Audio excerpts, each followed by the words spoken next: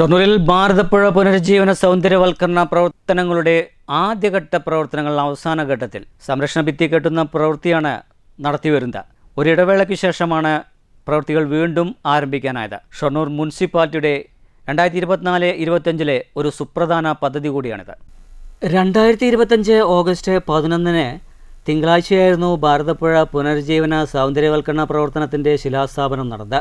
അന്നത്തെ ജലവിഭവ വകുപ്പ് മന്ത്രി റോഷി അഗസ്റ്റിനാണ് ശിലാസ്ഥാപനം നടത്തിയത്. ഇന്ന് 2026 ഓഗസ്റ്റ് 11 പദ്ധതി പ്രവർത്തനം ആരംഭിച്ചിട്ട് ഒരു വർഷം തികയുന്നു. ഇപ്പോഴും ആദ്യഘട്ടം പൂർത്തിയായിട്ടില്ല. ഇടയ്ക്ക് പ്രവൃത്തികൾ നടക്കാറുമില്ല. അതേസമയം ഇപ്പോൾ പ്രവൃത്തികൾ ആരംഭിച്ചിട്ടുണ്ട്.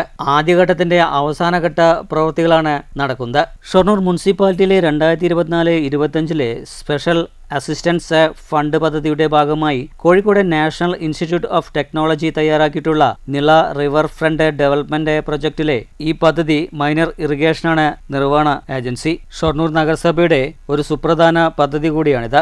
ആദ്യഘട്ടത്തിൽ പുഴയോരത്ത് കരിങ്കൽ കൊണ്ട് സംരക്ഷണ ഭിത്തി തയ്യാറാക്കുന്ന പ്രവൃത്തികളാണ് നടപ്പാക്കുന്നത്.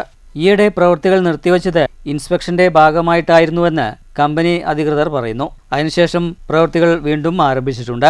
ആദ്യഘട്ടത്തിന്റെ പ്രവൃത്തികളുടെ അവസാന ഘട്ടമാണിപ്പോഴെന്നും കമ്പനി അധികൃതർ പറയുന്നു. കൃത്യമായ അടിത്തറ ഒരുക്കി 450 മീറ്റർ നീളത്തിലാണ് സംരക്ഷണ ഭിത്തി തയ്യാറാക്കിയിരിക്കുന്നത്. ഇതിൻ്റെ അവസാനവട്ട മിനുക്കുപണികളാണ് നടക്കുന്നത്. PG കൺസ്ട്രക്ഷനാണ് നിർമ്മാണ ചുമതല. രണ്ടാം ഘട്ടത്തിലാണ് മറ്റു സൗന്ദര്യവൽക്കരണ പ്രവർത്തനങ്ങൾ നടപ്പാക്കുക. News centre Shoranur.